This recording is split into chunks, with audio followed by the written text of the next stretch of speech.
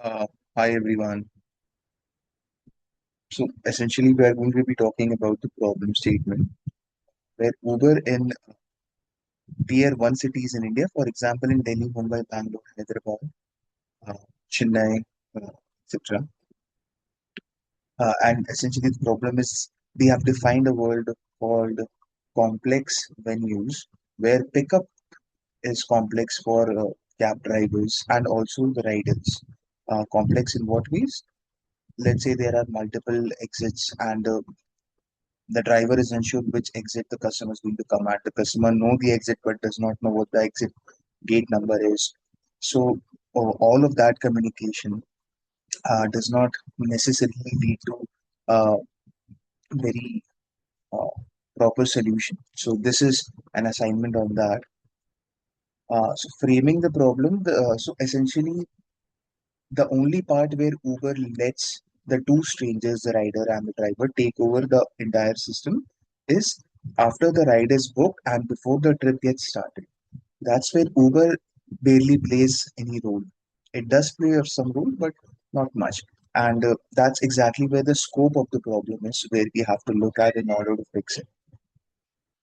Uh, it's not a mapping accuracy problem because the map would show where things are, but then it's more of a coordination problem uh, between the two individuals rather than the mapping problem. Uh, why it matters now is essentially because cancellation is the number one reason for the consumer complaints in India. And it is expensive in multiple ways. It is a wasted match, so every match has a cost for Uber as well, which is wasted when it gets cancelled. The driver dead time is essentially when a driver is waiting for the customer to come to the point or driving to a location, but the ride gets cancelled. So there's a supply side effect on Uber as well, where there is supposedly lesser supply than there should be. Then there's support cost because if I experience something like that multiple times in a year, I'll probably go to the support of Uber increasing the cost of operations of support as well. And then there's a quiet churn where nobody reports it to the support teams or customer uh, teams in Uber, but they just churn to different alternatives. Uh, the proof point already exists is basically we are looking at the demand.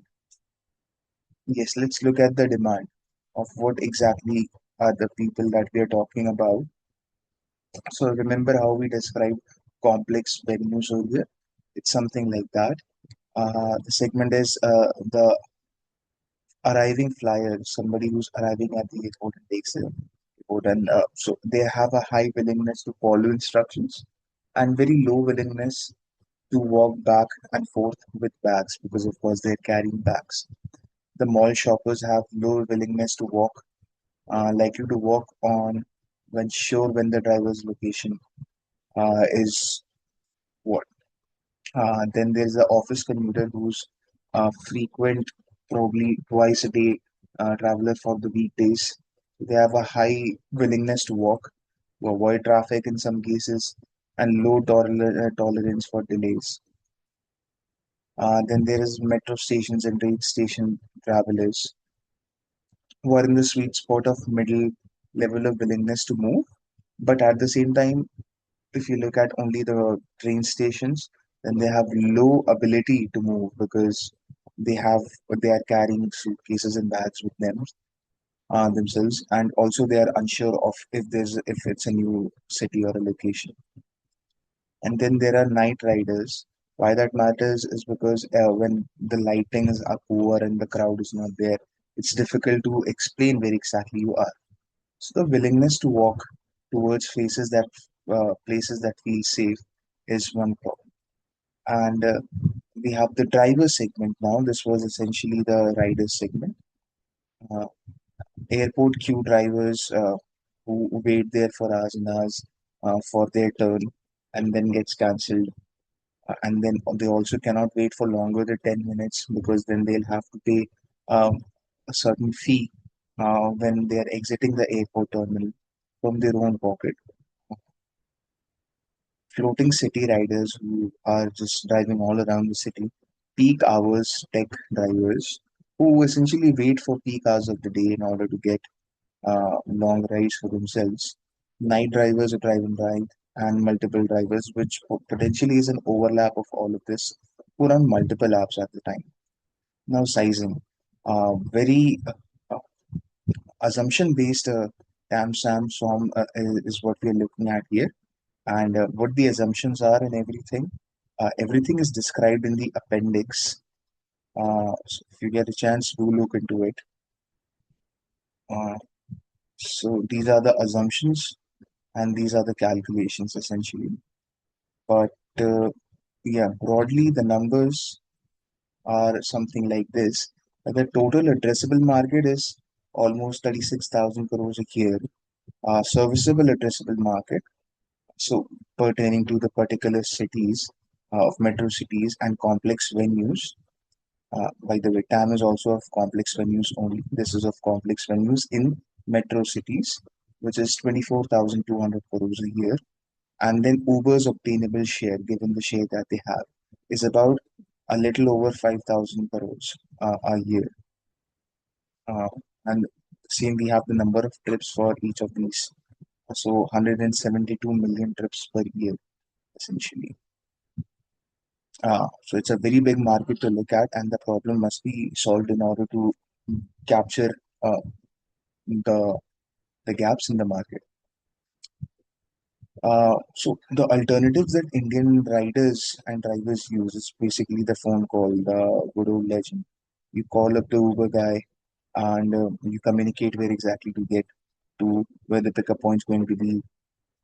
Then there's been dispatch at airports. So essentially, Uber has solved this problem, the main problem that we're talking about, but only in some airports, Bangalore, Mumbai, not Mumbai, Bangalore, Hyderabad, and Delhi Terminal 3, where they have specific pickup zones and they get a pin dispatch. So uh, this is a unique solution to the problem, but of course is only restricted to airports because of infrastructural constraints. WhatsApp live location, sometimes you instead of using your uh, uh, what's it called, the not real numbers, you share your real numbers and then you share your real location in order to get where you exactly are. But the problem is a bit of safety and then the friction of exchanging your real numbers if you are willing to do that. Uh, Editing the pin after booking.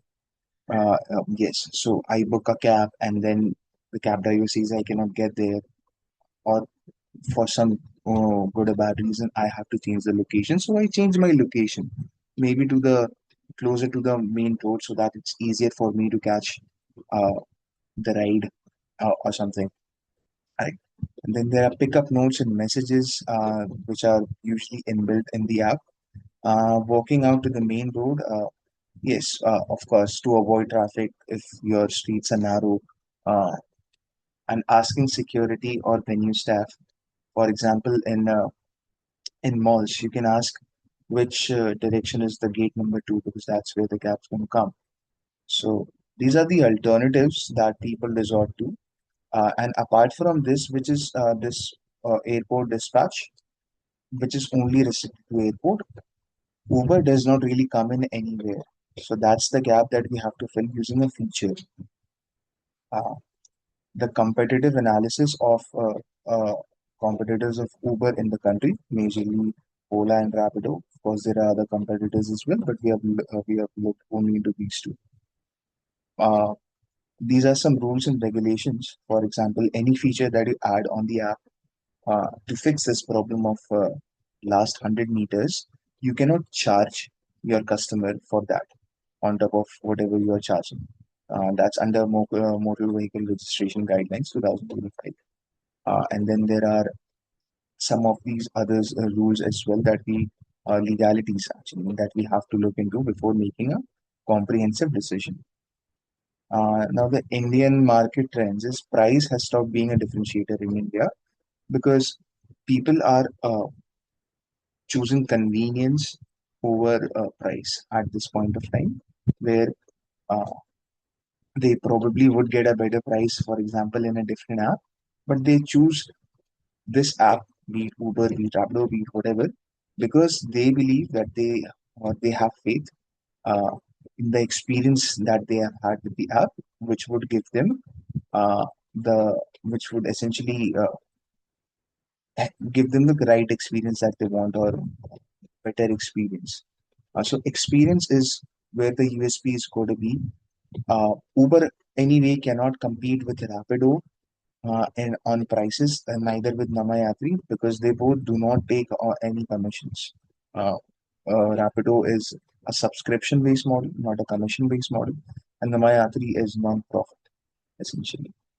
Regulations have made cancellations expensive for both sides. So passengers incur a 10% penalty for the fare, subjected to a cap of rupees 100 if it's an unjustified cancellation by the driver or the passenger, whoever does it. Uh, if it's unjustified cancellation from either end, then they have to bear a 10% cost of not more than rupees 100. So there's a associated cost with that as well. That's a trend in market which shows that cancellation is a problem. And if we are able to fix it, it should go a long way. And the volume is growing fast enough. So traffic in airports and in malls and in such places in office parks are only going to increase.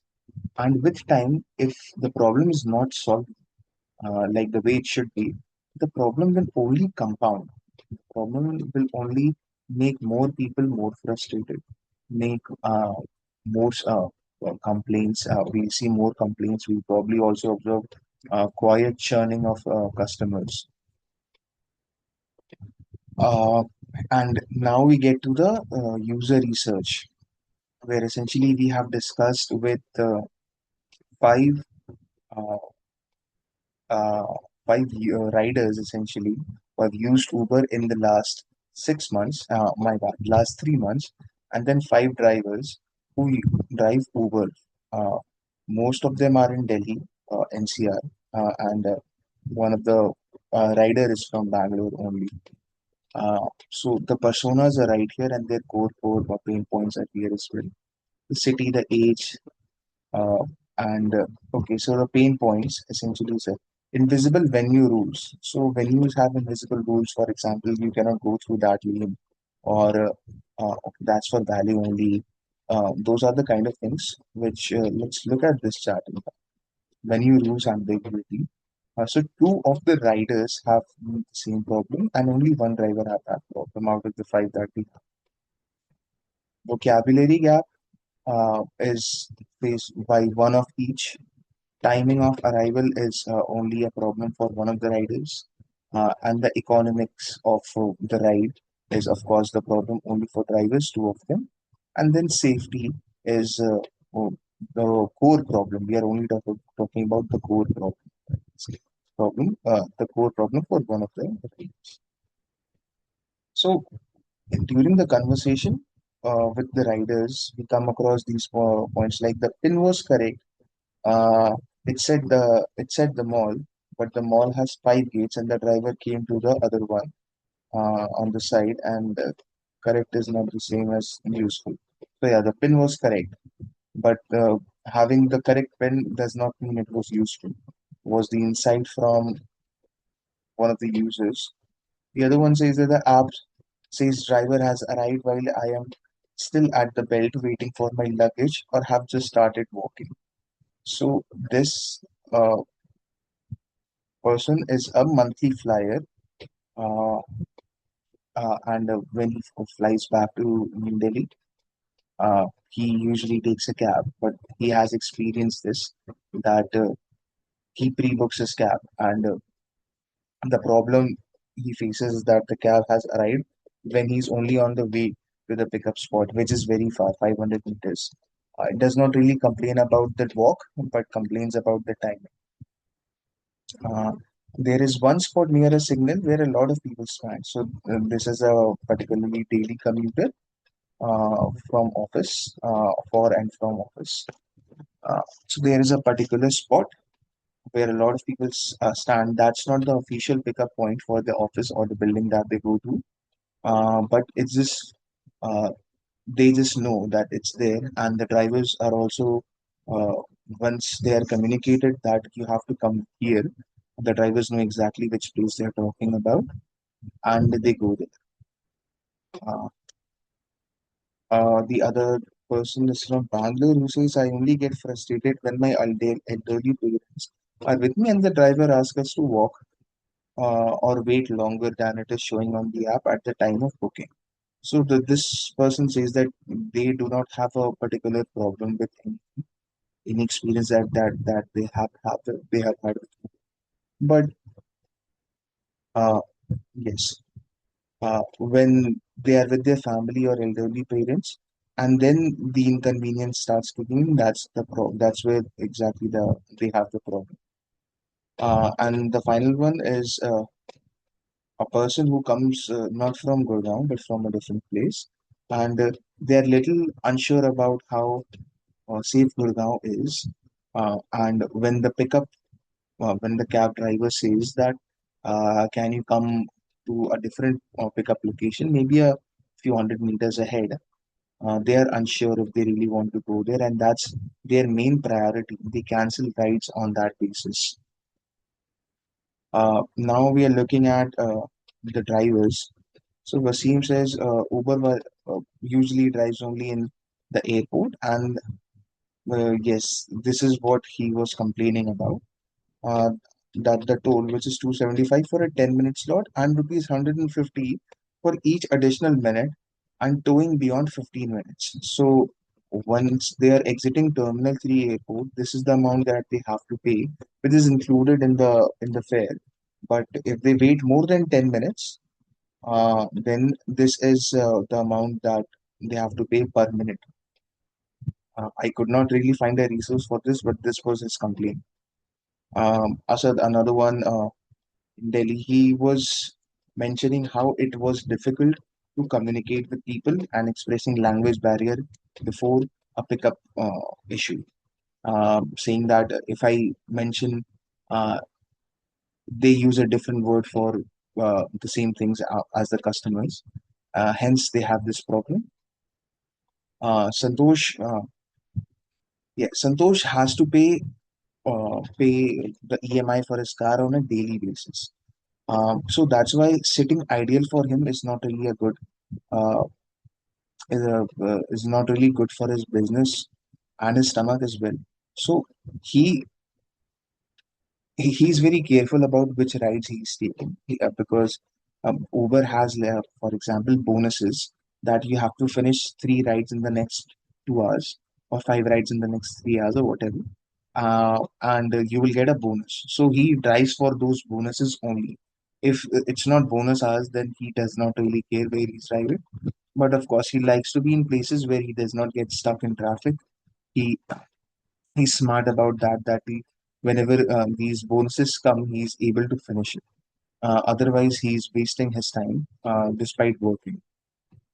Um, Vishal was another chap uh, who had a very uh, entrepreneurial mentality about what he was doing. He has never faced a problem, uh, and he drives at his will, and he's very empathetic towards the driver, towards the riders as well, saying that this is not really he wants to do, this is not really he has to do to get food on the plate for his family, but they do it because they like driving and talking to people and meeting new people, and they love driving as well. I mean, he so did not really make any points there. And then Divik, a very young chap actually, and the problem that he faces is that he goes into some sophisticated societies or in some sophisticated corners of the cities where drivers are in some ways looked down upon, and he does not really like that. So he avoids taking pickups where he would be faced with strict societies, and he cancels the trips beforehand if he senses something like that. Uh, so the top insights are right here from top 10 insights. But the main insight that I really want to talk about just in a second is the last 100 meters is where the booking breaks. It does not break before that. It only breaks when the rider and the driver, the two strangers, are left alone with each other to communicate and contact and coordinate. It's a coordination problem essentially. Uh, so the direction that we should be looking at is extend the airport protocol. Do not invest in new ideas because the airport protocol that we have seen in Delhi, Hyderabad, and Bangalore has worked really well. People know exactly where to go. People know which flow to go, and then just the only phase where they might sense a problem is when they are waiting for the cab and the cab is on the way and takes a little bit longer than usual. But the pickup location is sorted. And the other direction that we should go is better venue knowledge, not better pin. So what this means is sometimes when I book a cab from my office building, let's say, what happens is it uh, takes the centroid of the building and books the cab for that particular pickup location or pin. But that's incorrect. What they have to do is essentially use the data that they have gathered. And by the way, Uber has patent over the data that they have, of course. Use that data to understand and not predict, but to identify pickup locations around places, for example, specifically in office parks and these massive building blocks and concrete jungles like Gurgaon, and identify specific pickup points instead of picking the centroids of the building. Now, when you have these specific pickup points, what you want to do is essentially let the person choose from the three, four options that they have. Uh, that's one of the ideas as well that we have identified is that right here. You pick up, so there are, we have seen in one of the interviews as well, there is an unofficial pickup point near these office buildings in concrete jungles. And Uber should be able to identify that given the amount and size of data that they have, if only they were to do a little bit more research into that. So the feature would be learned pickup points. Two other features that we have discussed about: ask constraints before the ride, not during the pickup. So when I am booking, for example, for a ride and I have two suitcases or shopping bags or elderly parents or whatever, the app should ask, do you need accommodation or are you carrying something or are you physically able to do a better location for pickup? And that information should be given at the time for the drivers when they're accepting it, to the drivers when they're accepting it, so that they know that they have to go to the exact pickup location and not communicate and ask them to move around or just be in a better location to facilitate the easiness of the pickup. And this feature, the final feature is very logical as well. So I am a rider and someone else is a driver. We share the same screen on the mobile phone for the while when we both are in the same geofence area. And so I'm looking at the same screen as they are. I know exactly where they are and they know exactly where I am and which direction we are walking towards. Knowing this reduces the anxiety while making a walk, for example, from the mall, let's say, to any particular gate, gate number three, gate number two, reduces the anxiety because I know that, okay, I'm going in the right direction. Why do I know that? Because I am sharing the same screen where I can see the cab driver and he's looking at the same screen and he's moving towards me as well. So that's a feature that should really help with the mental barriers of complex venue pickups. And that's everything I had to add. Again, the appendix and calculation of timestamps forms right here, and the sources of all the information that or data that I've used here. Thank you so much.